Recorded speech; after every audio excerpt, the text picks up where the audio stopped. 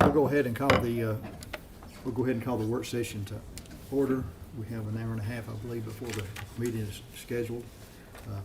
This time I'll turn it over to Evelyn. Good evening, Board. I wanted to say thank you for this opportunity, and hopefully as I go through this evening I won't stumble too badly. Start our work session with the consent agenda items. You'll notice in your packet that we have copier lease agreements for Central and Innovation Academy, as well as Sullivan Heights Middle School. In addition, because of these buildings being new schools, new formed schools, we also have a request for permission for credit cards. For the three schools, which is Westridge, Central, and Sullivan Heights. You can see those credit cards are listed there that they are requesting permission to obtain. Those are all items that are currently on your consent agenda. Additionally, on that consent agenda is the tentative annual board agenda. You should have a copy of that, which is your monthly consent agenda items listed January through December. And the disposition of materials.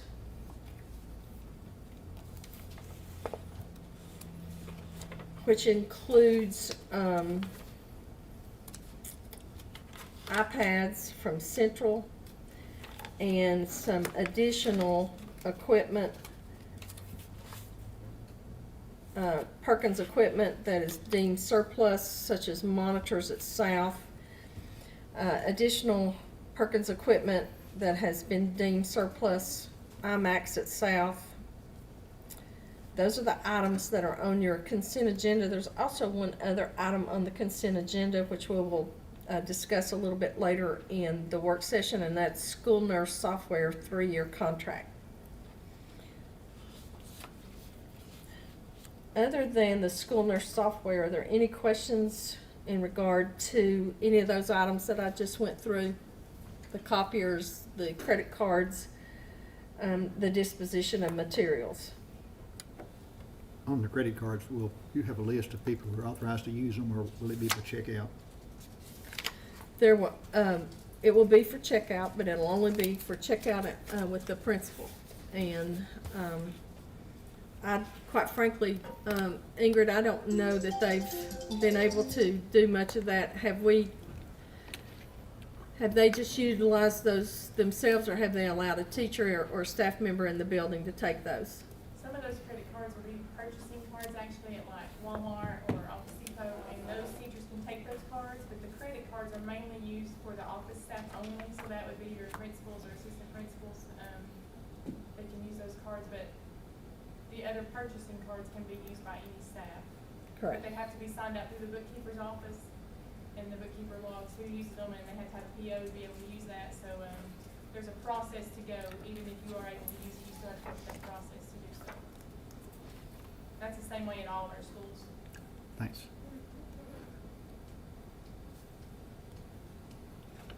I have a question just out of curiosity on the credit cards. Are the credit cards in the school's name or in the principal name? It would say the school, and then one of them may have the principal's name listed under the school, but it's in the school name. That's good.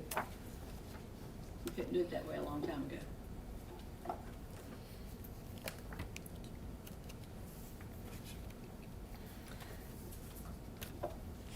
Additionally, on the consent agenda,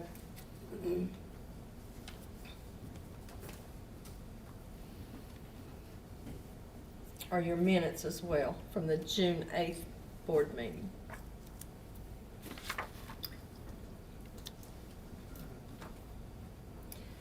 We go to the director's comments. And I will do those more in depth when we get to the board meeting, but actually we'll mention some things about Westridge. ribbon cutting, open house, the back-to-school schedule, the summer school quest update. I'll talk about that, and also some highlights from East and Central CTE that I'll mention during our work session. Those students, we will recognize them as well as their instructors at our August board meeting. They could not make this one. So I'm looking forward to that and having them present. We do have some all-stars in our presence that we'll talk about at that point.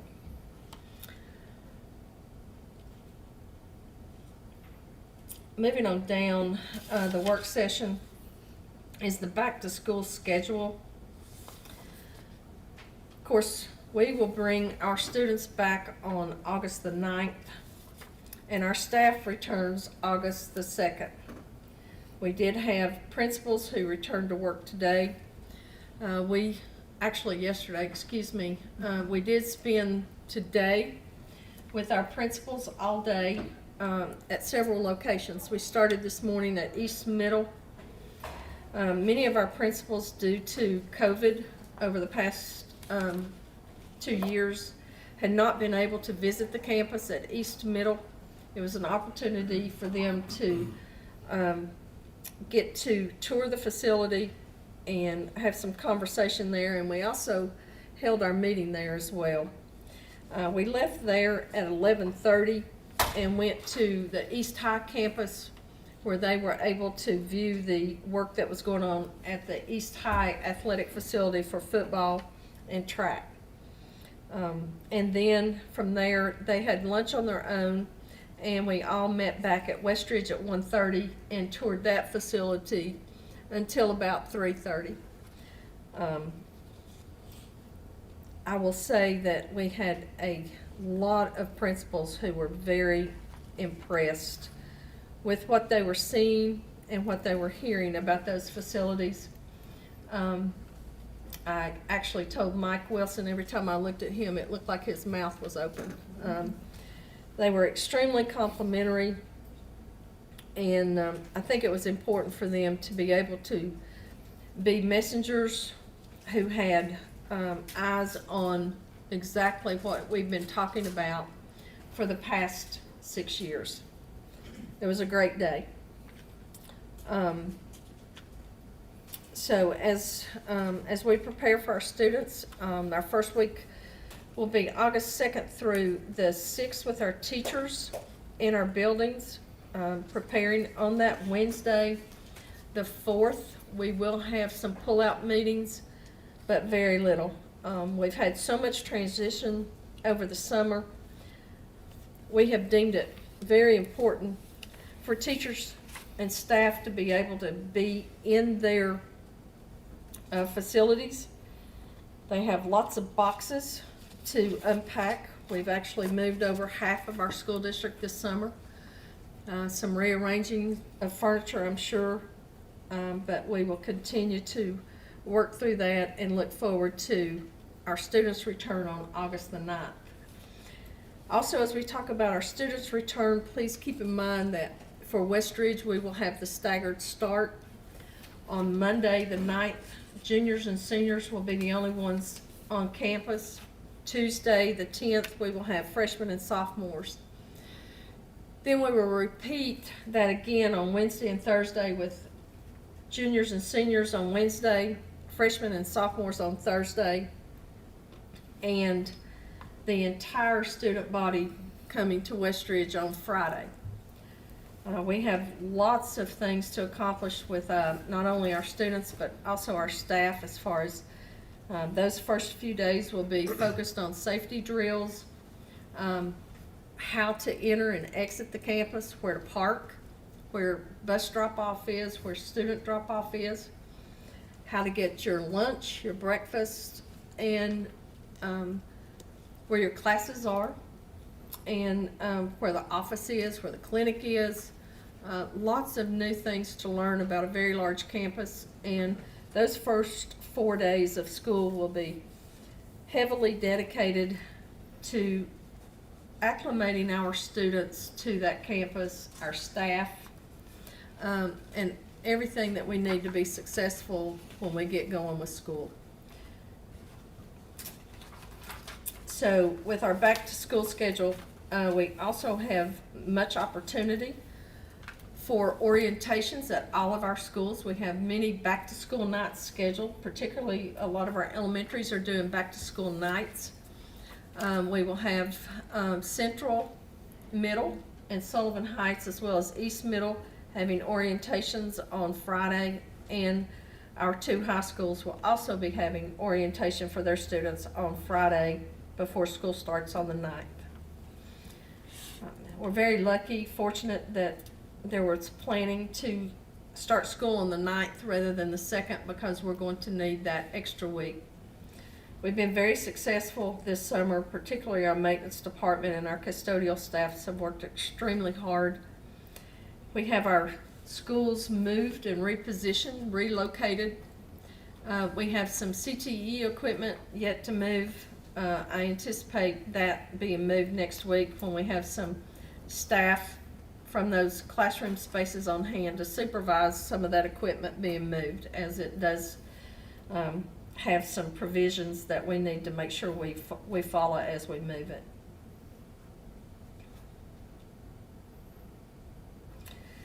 The next thing, and I would ask at this point, does anyone have any question about the back-to-school schedule?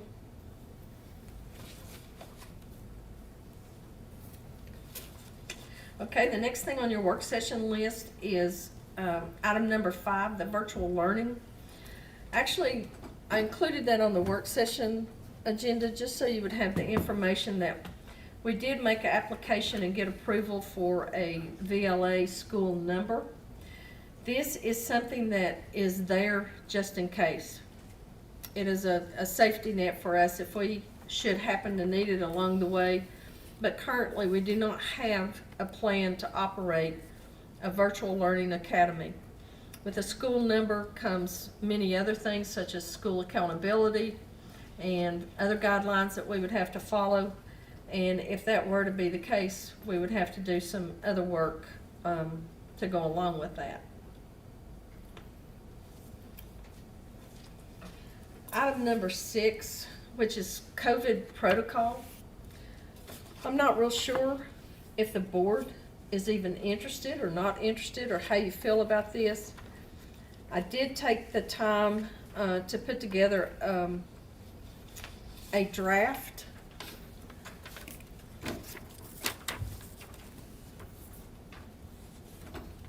Let me have that one back, Mike. That's not my front. Here's one that's front and back. There's that one. That's the, Yeah, 2 more. the master. She didn't go front and back either. Here you go.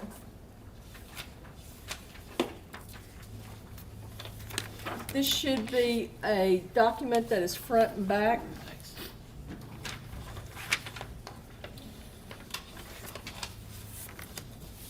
And something that I wanted to share with you, and if we can, we'll just go through this, and as we go through it, if you have questions or comments, and you may end up saying, I'm not interested at all, but as we go through it, I want to get your input. We realize COVID vaccinations are a personal decision, and we are not requiring COVID vaccinations. Students and staff who have been vaccinated will not be subject to quarantine unless they test positive for COVID. Some of the research indicates that vaccinations may not only help to keep us from getting the virus, but it may also help prevent the virus from mutating.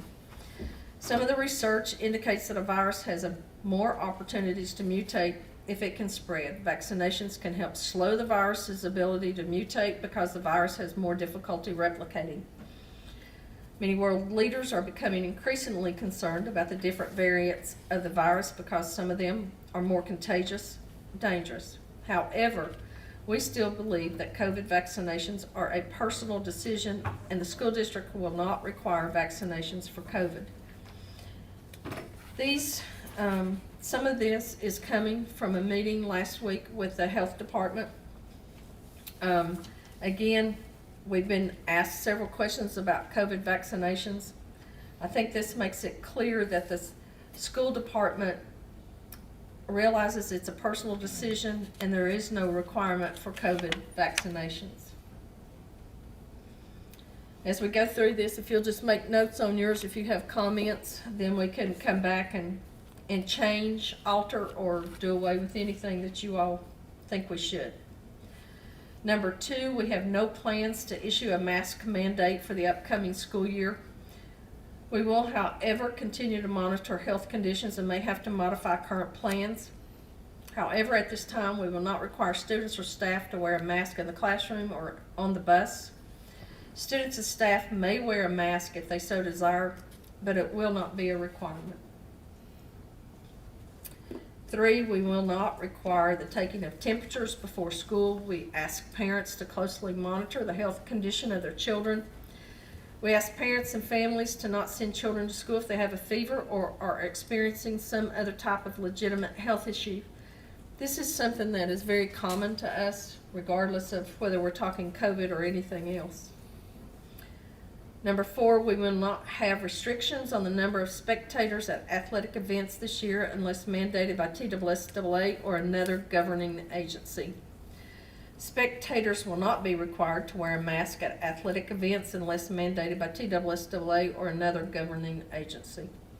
We will allow all athletic events, scrimmages, jamborees, and practices to continue as we have done prior to the virus. 5, we will be open and transparent about our cases, but we will not distribute a daily case count. The Tennessee Department of Health will be responsible for contact tracing and making recommendations regarding isolation and quarantine. Students who test positive will be required to follow Sullivan County Health Department recommendations. Students living in a household with family members testing positive may be required to stay at home for a period of 20 days, depending on individual circumstances. Public health officials will contact families and provide the return back to school date for each person.